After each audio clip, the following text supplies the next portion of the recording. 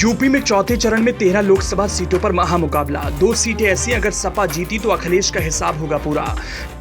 डिंपल को है इंतजार, अखिलेश सूद समेत सुब्रत से लेंगे बदला। सुब्रत समेत 2 नेताओं की राजनीति को अखिलेश करेंगे ध्वस्त। जो काम आरएलडी चीफ जयंत चौधरी नहीं कर पाए, अब उस बदले की पूरी कमान अखिलेश के पास। क्या 2 समेत 13 सीटों पर चलेगा सपा का जादू।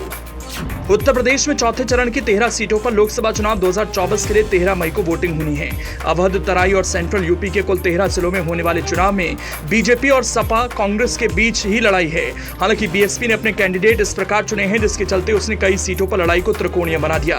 सबसे खास बात यह कि 2019 के लोकसभा चुनावों में इन सभी सीटों पर बीजेपी ने जीत का परचम लहराया था, इसलिए बीजेपी के लिए साख का सवाल है यहाँ का चुनाव। चूंकि कन्नौज में भी चुनाव इसी चरण में होने वाला है, इसलिए समाजवादी पार्टी के मुखिया और यूपी के पूर्व मुख्यमंत्री अखिलेश यादव के लिए भी साख का सवाल है। खीरी और उन्नाव में भी जबरदस्त संघर्ष है, क्योंकि खीरी में अजय मिश्र टेनी और उन्नाव में साक्षी महाराज की किस्मत का फैसला होना है। बीजेपी ने जिस तरह इन 13 सीटों पर अपने उम्मीदवार तय किए हैं, उससे तो यही लगता है कि पार्टी इन सभी सीटों को दोबारा जीतने के लिए तैयार बैठी है। पार्टी ने अधिकांश सीटों पर अपने सांसदों को फिर से टिकट दिया है। मतलब सीधा कि उन्हें भरोसा है कि उनके सांसदों से जनता नाराज नहीं है। बीजेपी ने सिर्फ कानपुर और बहराइच में अपने प्रत्याशी बदले हैं। इसके पीछे दरअसल एक कारण और है। बीजेपी ने 2019 के लोकसभा चुनावों में इन 13 सीटों में से करीब 10 सीटों पर 12 से 32% अधिक मतों से चुनाव जीता था।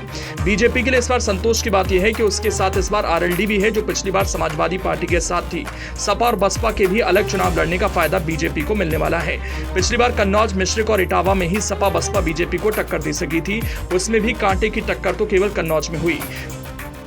जिस तरह अंतिम समय तक अखिलेश यादव ने अपनी उम्मीदवारी पर सस्पेंस बनाए रखा और अंतिम दिन कन्नौज से पर्चा दाखिल किया, वो दर्शाता है कि उनके मन में छिपे डर को। दरअसल कन्नौज से समाजवादी पार्टी ने अपना उम्मीदवार अखिलेश यादव के भतीजे पूर्व सांसद तेज प्रताप यादव को घोषित किया था, पर पर्चा दाखिल के अंतिम दिन जिस तरह अचानक अखिलेश ने अपना नामांकन दाखिल किया, उसका अर्थ राजनीतिक गलियारों में यही निकाला जा रहा है कि वो अपनी जीत सुनिश्चित करना चाहते थे। इसमें कोई दो राय नहीं होनी चाहिए कि अगर बीजेपी को एक दिन का भी मौका मिल गया होता तो अपनी पार्टी के प्रत्याशी और कन्नौज सीट से निवर्तमान सांसद सुब्रत पाठक को रिप्लेस कर कोई और बड़ा नाम कन्नौज में लाया गया होता। यही कारण है कि नामांकन दाखिल करने की डेडलाइन के 48 घंटे पहले समाजवादी पार्टी ने तेज प्रताप यादव को अपना प्रत्याशी बना दिया। तेज प्रताप यादव का नाम आने के बाद बीजेपी निश्चित हो गई थी। फिर धीरे से नामांकन दाखिल करने के अंतिम दिन अखिलेश ने अपने नाम की घोषणा कर दी। कन्नौज जिले के समाजवादी पार्टी अध्यक्ष कलीम खान मीडिया को बताते हैं कि यह सब योजनाबद्ध तरीके से किया गया ताकि बीजेपी अपना प्रत्याशी न बदल सके। मतलब साफ है कि अगर अखिलेश यादव को कन्नौज जैसी सीट पर अपनी हार का डर है तो अन्य सीटों पर क्या स्थिति होगी। राम मनोहर लोहिया को कभी संसद में भेजने वाली कन्नौज सीट समाजवादियों का गढ़ रही है। 1998 के बाद से सपा लगातार यहां जीतती रही और 2019 में बीजेपी के सुब्रत पाठक ने समाजवादी पार्टी का रिकॉर्ड तोड़ दिया। सपा बसपा गठबंधन के साथ चुनाव लड़ने के बाद भी डिंपल यादव 12,353 वोटों से हार गई थी। भाजपा ने एक बार फिर से पाठक पर भरोसा किया है। देखना यह है कि अखिलेश यादव ये सीट जीतकर क्या अपनी पत्नी डिंपल यादव की हार का बदला लेते हैं। कन्नौज लोकसभा सीट में 5 विधानसभा क्षेत्र आते हैं, इनमें 4 विधानसभा सीटों पर बीजेपी का कब्जा है।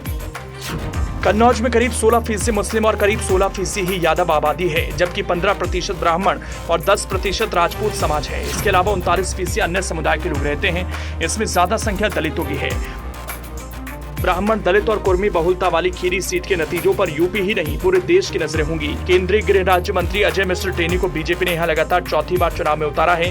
पिछले 2 चुनाव में जीत का परचम लहराने वाले टेनी को किसानों पर थार चढ़ाने की घटना के बाद पहली बार जनता की अदालत में जाना पड़ रहा है। इस बार के चुनाव में यह भी साबित होने वाला है क्या खीरी की जनता उन्हें उस घटना के लिए जिम्मेदार मानती है नहीं। अजय मिश्र टेनी के पास इस बार हैट्रिक का मौका है। अगर वो चुनाव जीतते हैं तो केंद्र सरकार के पास ये कहने का मौका होगा कि अजय मिश्र टेनी को मंत्रिमंडल से बाहर न करने का फैसला सही था। गौरतलब है कि किसान आंदोलन के दौरान विरोध प्रदर्शन में थार जीप से कुचलकर किसानों की मौत हो गई थी। किसानों के ऊपर थार चढ़ाने के मामले में टेनी के बेटे आशीष मिश्रा आरोपित हैं। विपक्ष ने जोर शोर से टेनी की उम्मीदवारी को किसान बेल्ट में मुद्दा बनाया। दूसरी ओर समाजवादी पार्टी ने भी इस बार नए चेहरे उत्कर्ष वर्मा को टिकट दिया है। खीरी संसदीय सीट में 5 विधानसभाएं आती हैं। सदर, गोला, पलिया, श्रीनगर, निघासन। टेनी के लिए मुश्किल यह है कि पलिया के विधायक रोमी साहनी, गोला गोकर्णनाथ के विधायक अमन गिरी और निघासन के विधायक शशांक वर्मा सभी बड़ी रैलियों से गायब रहे। इन विधायकों का खुलकर साथ न आना अजय टेनी की जीत में रोड़ा बन सकता है। उन्नाव में साक्षी महाराज बनाम अन्नू टंडन का मुकाबला लखनऊ से सटी इस सीट के नतीजे पर भी सबकी नजर होगी, क्योंकि पिछले 2 चुनावों से लगातार एक तरफा जीत रहे साक्षी महाराज पर तीसरी बार भी भाजपा ने भरोसा जताया। उनका मुकाबला इस बार 2009 में यहां से कांग्रेस को जीत दिलाने वाली अनु टंडन से है। अनु इस बार यहां समाजवादी पार्टी के टिकट पर चुनाव लड़ रही है। जाहिर है कांग्रेस का साथ तो है ही। पिछली बार साक्षी महाराज को 1.85 लाख वोट मिले थे, जबकि सपा बसपा गठबंधन के प्रत्याशी अरुण शंकर शुक्ला को 3 लाख के करीब वोट मिले थे। यानी विपक्ष का कुल वोट यहां 33% था, जबकि पिछली बार बीएसपी भी साथ थी। बीजेपी ने अकेले यहां 54% से अधिक वोट हासिल किए। चौथे चरण में शाहजहांपुर सुरक्षित, धौरहरा, सीतापुर, हरदोई सुरक्षित, मिश्रिक सुरक्षित, फर्रुखाबाद, इटावा सुरक्षित, कानपुर, अकबरपुर और बहराइच सुरक्षित में चुनाव होंगे। इन 10 सीटों में से 5 दलित बहुल इलाकों वाली सुरक्षित सीट हैं। इन सीटों पर इस बार विपक्ष को बीएसपी का साथ नहीं मिला। जाहिर है कि इसका नुकसान उन्हें उठाना पड़ेगा।